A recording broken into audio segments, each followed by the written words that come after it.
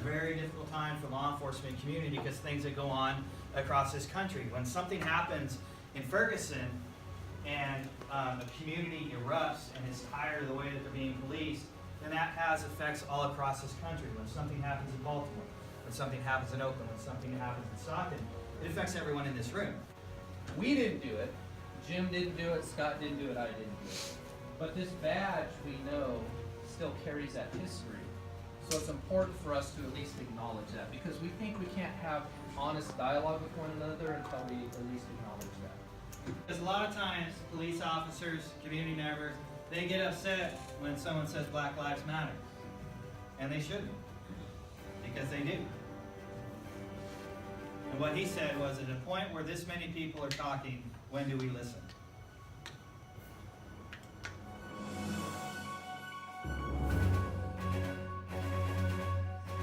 Is what in policing can we do that will change things?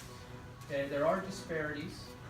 We know that arrest rates and imprisonment rates are disparate, and that men of color have a way higher rate. And so that is our goal, is when we're done speaking to our entire community, getting around, doing a lot of listening, is we're going to actually look at what can we in policing do that can reduce those numbers that affect really young men of color.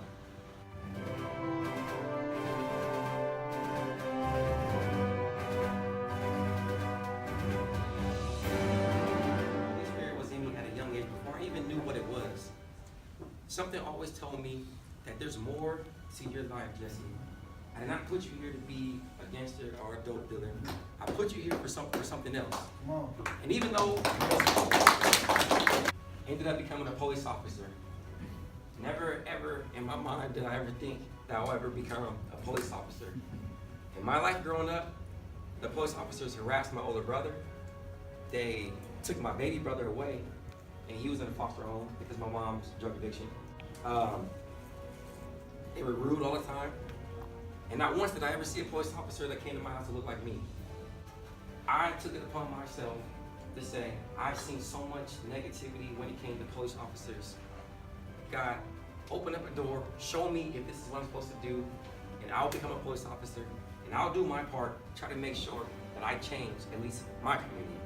Not trying to change the world, but if I can change my community, if I can show other people who have been harassed by police that there are some good police officers, and that there are police officers who look just like you, who have tattoos, who have a story. As much as I want to play football, there's no Super Bowl, no highlight tape, no nothing that I could have achieved in the NFL that gives me more gratification and satisfaction than to stand here before you guys and tell you about the mess that I have to go through and try to keep you guys from having to go down that same road. You guys have to be bold enough and courageous enough to say, I can do it. I can't tell you as a police officer so often that I see people who look just like you guys, who have no hope, they don't believe in themselves, they feel like there's nothing in life but to gang bang, sell dope, end up on the dope, and then they end up strung out. And if I were to be honest with you, there's a lot of people in this world who want that to happen for you guys. And if I were to be even more honest, it's because of how you look. They want that to be your guys' future.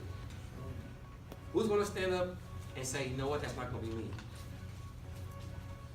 I'm not going to be another statistic.